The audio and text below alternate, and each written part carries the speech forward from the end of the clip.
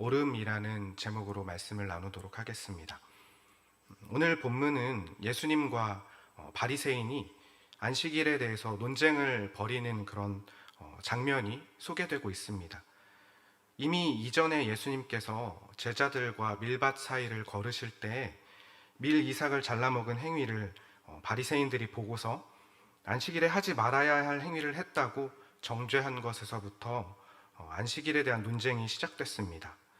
그때 예수님을 정죄했던 자들에게 예수님께서 성전보다 큰 분이심을, 예수님이 안식일의 주인이심을 선언하셨습니다. 이전 안식일에 대한 논쟁에서 바리새인들에게 예수님께서 안식일의 주인이라고 하신 그 말씀을 들은 그 자들이 그 말씀을 이해하고 받아들이지 못했습니다.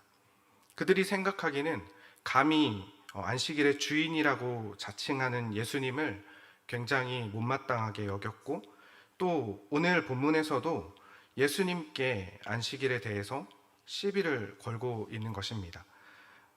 예수님과 제자들은 회당에 들어가셨습니다. 그곳에는 예수님의 말씀을 듣기 위하여서 따르는 자들도 있었고, 또 예수님의 행동과 가르침이 못마땅한 사람들도 분명히 있었을 것입니다. 그때 예수님을 못마땅하게 여기는 사람들이 예수님을 고발하려는 목적으로 질문을 합니다. 우리 9절, 10절 말씀입니다. 거기에서 떠나 그들의 회당에 들어가시니 한쪽 손 마른 사람이 있는지라 사람들이 예수를 고발하려 하여 물어 이르되 안식일에 병 고치는 것이 옳으니까. 이들의 질문은 안식일에 병을 고치는 것이 옳은지, 이게 그른 일인지 궁금해서 예수님께 질문한 것이 아닙니다. 말씀에서처럼 예수님을 고발하기 위하여서 예수님께 질문을 던진 것입니다. 이들은 이미 이 질문에 대한 그들의 답을 가지고 있었습니다. 안식일에 지켜야 할 율법이 그들의 답이 되는 것이었습니다. 하지만 그동안 보여준 예수님의 모습대로라면 분명히 안식일에도 그 손이 마비된 사람을 치유하시라는 것을 그들도 확신하고 예상했기 때문에 예수님께 이런 질문을 던진 것입니다. 사실 엄밀히 따지면 안식일에 행해서는 안 되는 행위에 치료 행위가 모두 다 금지되는 것은 아닙니다. 생명이 위태롭다거나 출산이 임박한 상황이라면 치료와 또 출산을 돕는 그 일들을 안식일이어도 허락했습니다. 치료를 다음으로 미룰 수 없는 긴박한 상황이었기 때문에 안식일에도 예외의 조항을 두었던 것이죠. 하지만 이 외에 생명의 위험이 없는 상황이나 그런 평범한 질병 같은 경우에는 안식일의 치료를 대부분 금했습니다. 회당에 있었던 손 마른 사람은 그 질병이 생명에 지장이 없었기 때문에 안식일에 그를 치료한 것은 안식일을 범하는 것으로 그렇게 그들은 이미 결정을 내리고 답을 가지고 있었습니다. 그래서 그들은 예수님께 안식일에 손이 마비된 사람을 치료하는 것이 합법적이냐라는 그런 질문을 던진 것입니다. 예수님께서는 일반적으로 바리새인들을 가르치는 말씀과 차원이 다른 말씀을 가르치시는 분이셨고, 또 그들을 꼭 집어서 책망하시기도 하셨습니다. 그리고 오늘 본문의 바로 직전에서도 안식일을 지키는 율법에 대한 논쟁을 그들과 벌이셨습니다. 바리새인들은 안식일에 허용되지 않는 일에 대하여서 정면으로 도전하는, 율법에 반항하는 예수님의 행보가 너무나도 못마땅했고, 또 자기가 무엇인데 안식일의 주인이라고까지 말을 하는 그 예수님이 너무나 보기 싫었기 때문에 그들은 많은 사람이 모인 회당에서 예수님께 곤란한 질문을 던져서 예수님을 어려움에 빠뜨리려고, 그리고 고소하기로 작전을 세운 것입니다. 사실 엄밀히 따지면 치료 행위가 안식일에 절대 행해서는 안 되는 그런 금지 조항에 완전히 다 포함되어 있는 것은 아니지만, 그들은 안식일에 행하는 치료에 있어서 그들이 가지고 있는 그 답을 가지고 해석을 자신에게 유리하도록 자유롭게 적용했습니다. 자신이 옳다고 믿었고, 또 그들의 답을 그들이 가지고 있었다는 것입니다. 사람들은 옳은 것, 그리고 정의가 중요하다고 여깁니다. 그래서 힘으로라도 그 옳음을 관철하려고 합니다. 자기 의를 주장하고 또 옳다고 여기고 답을 이미 내려놓은 것을 정의롭고 공정한 것이라고 이야기하고 그것을 힘써 행하는 자들을 칭찬합니다. 사람들이 말하는 옳음과 또 정의의 기준은 자세히 살펴보면 사람의 것에 묶여 있습니다. 사람들이 정한 도덕적인 관습이나 윤리에 묶여져 있고 조금 더 나아가다 보면 법적인 부분에 묶여져 있습니다. 그래서 그 기준이 절대적이고 또 그 절대적인 기준을 잘 지키는 것이 옳고 공정한 것이며 또 정의로운 것이라고 그렇게 판단하고 이야기를 합니다. 하지만 말씀은 그렇게 이야기하고 있지 않습니다. 세상이 정한 정의가 절대적인 것이 아니라 진정한 옳음은 오직 하나님께 있음을 예수님께서는 오늘 이 본문의 사건으로 분명하게 말씀하시고 있는 것입니다. 바리새인들은 율법에 묶여 있어서 하나님의 뜻이 무엇인지 보지 못하고 자기 옳음에 사로잡혀 있었습니다.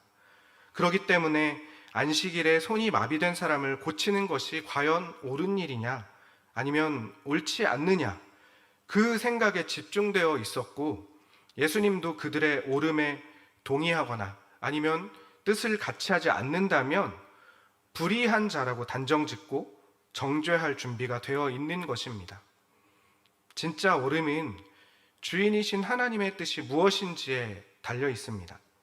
하나님은 우리에게 율법을 주셨지만 율법은 하나님을 더 알아가며 또 하나님이 주인이심을 고백하는 방법일 뿐이지 율법 그 자체의 옳음과 정의 자체가 되는 것은 아니라는 것입니다. 유대의 종교 지도자들에게 예수님이 계속해서 책망하시고 또 꾸짖으시던 이유도 바로 이것 때문이었습니다.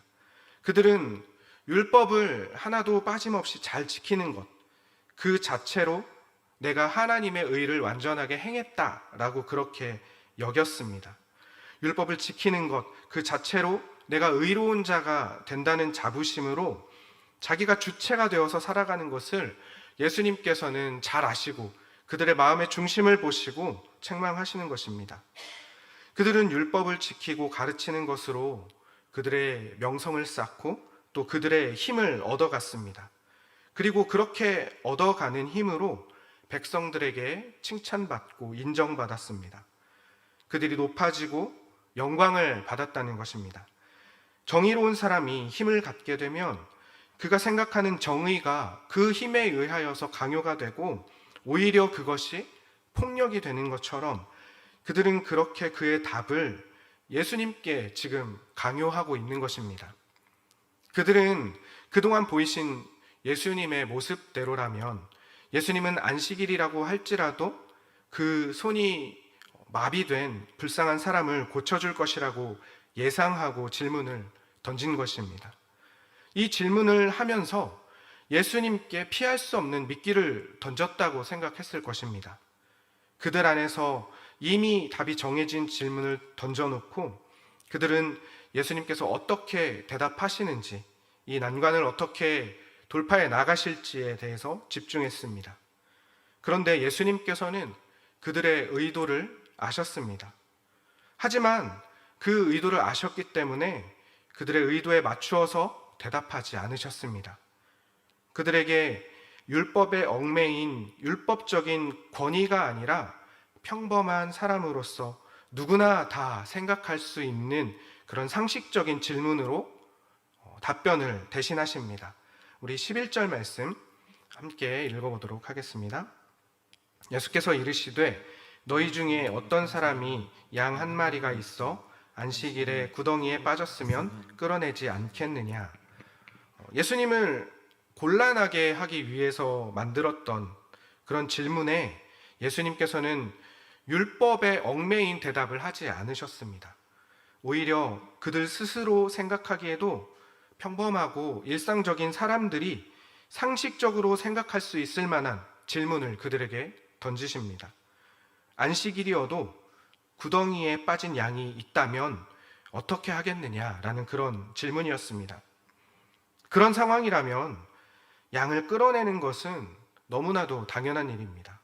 분명 예수님께 질문을 던진 그 바리새인들도 만약 안식일에 자기 양이 구덩이에 빠졌다면 그 빠진 양을 건져냈을 것입니다.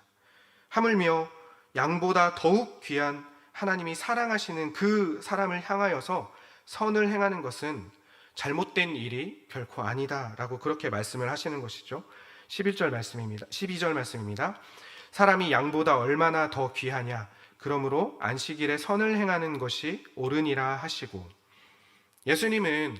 예수님을 곤경에 빠뜨리려고 했던 사람들의 그 시선과 눈총보다는 회당에 있던 그 손이 마른 한 사람을 더 불쌍히 여기셨습니다. 손이 마비된 이 사람을 고쳐주심으로 인해서 당하게 될 그 이후의 일을 생각하지 않으셨다는 것이죠.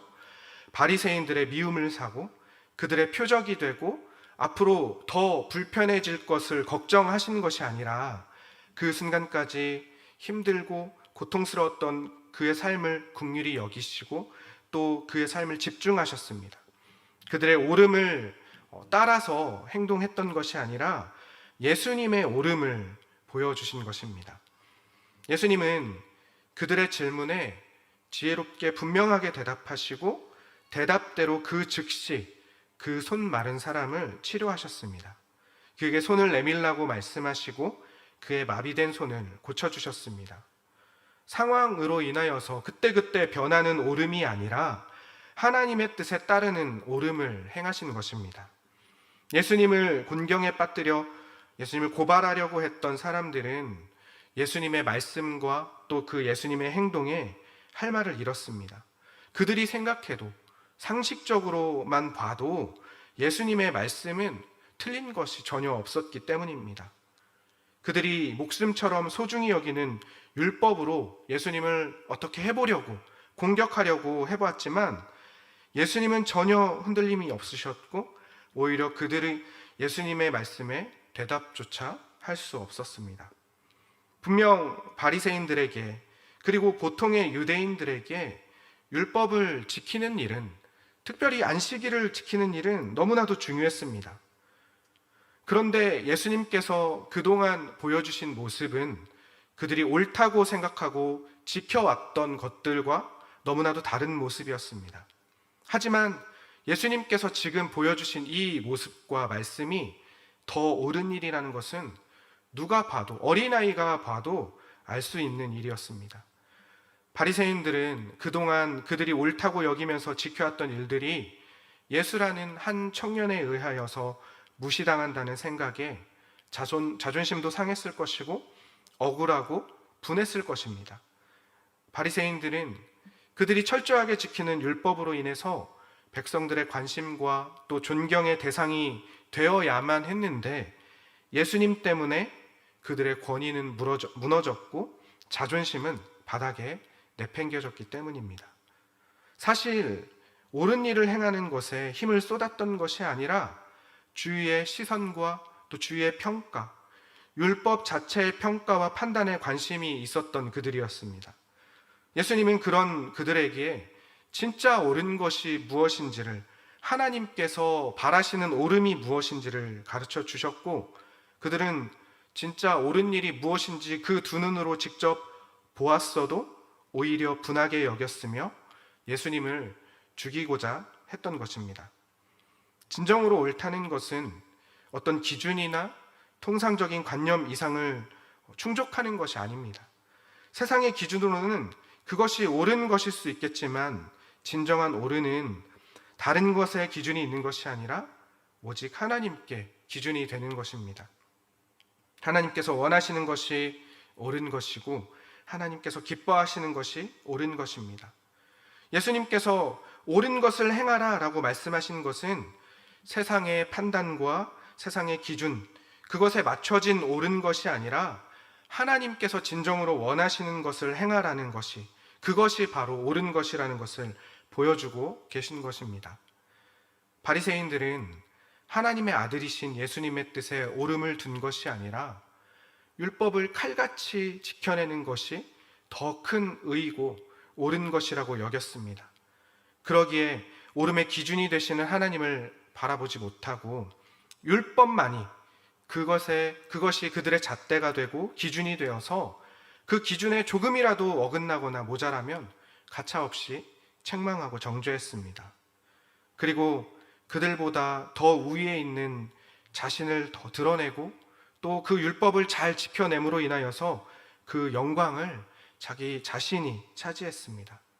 그들이 의가 얼마나 충만했는지 안식일의 주인이신 예수님께서 옳다고 명하신 일도 전혀 이해하려고 하거나 이해해 보려고도 하지 않고 즉시 예수님을 판단하고 정죄했을 정도였습니다.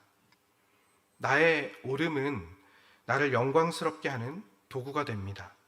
그러기에 나의 오름을 드러내기 위해 가식적이고 위선적인 삶을 살면서까지 나를 영광스럽게 하려고 합니다.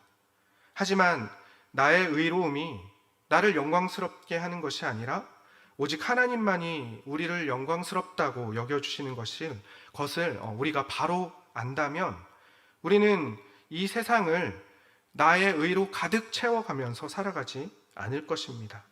오히려 우리는 오직 하나님만이 우리의 주인이 되시고 또 우리의 영광이 하나님께만 있음을, 그리고 그 영광스러운 하나님께서 우리를 지금의 그 자리로 부르신다는 것을 기억하고 따르는 삶을 살아가게 될 것입니다. 사랑하는 성도 여러분, 오직 하나님만이 옳은 길임을 고백하는 우리이기를 바랍니다. 나의 옳음을 주장하고 강요하는 그 순간에 우리의 주인은 하나님이 아니라 나 자신이 된다는 것을 항상 경계하시기를 바랍니다. 세상은 옳은 것들을 주장하게 하고 그것을 행하며 우월함과 스스로를 빛낼 구실을 찾기 분주하지만 우리는 우리가 드러날 의, 세상과 내가 정해놓고 주장하는 옳음과 의로움이 아니라 오직 하나님만이 우리의 주인이시며 그분의 뜻을 따르는 길이 옳은 길이고 그 옳음으로 인해 내가 드러나는 것이 아니라 오직 하나님께만 영광이 있음을 정직하게 고백하는 우리이시기를 간절히 바랍니다. 기도하겠습니다. 하나님 아버지, 오늘 우리의 삶이 우리의 오름으로 가득 채우는 삶이 아닌 하나님께서 주인 되심이 우리의 오름이며 하나님의 뜻을 우리 삶으로 증명해내는 몸부림이 우리 삶의 최고의 노력이 되게 하시고 또 우리를 붙잡아 주시옵소서. 각자의 삶에서 하나님의 동행하심을 날마다 감사함으로 누리며 하나님만 바라보게 하심에 온전히 주님만을 찬양하고 예배하기 소망하는 우리의 매일이 되게 하여 주시옵소서. 감사드리며 예수님의 이름으로 기도드립니다. 아멘. 하늘에 계신 우리 아버지여, 이름이 거룩히 여김을 받으시오며 나라에 임하옵시며 뜻이 하늘에서 이루어진 것 같이 땅에서도 이루어지이다. 오늘날 우리에게 일용할 양식을 주옵시고 우리가 우리에게 죄 지은 자를 사하여 준 것 같이 우리 죄를 사하여 주옵시고 우리를 시험에 들게 하지 마옵시고 다만 악에서 구하옵소서. 대개 나라와 권세와 영광이 아버지께 영원히 있사옵나이다. 아멘.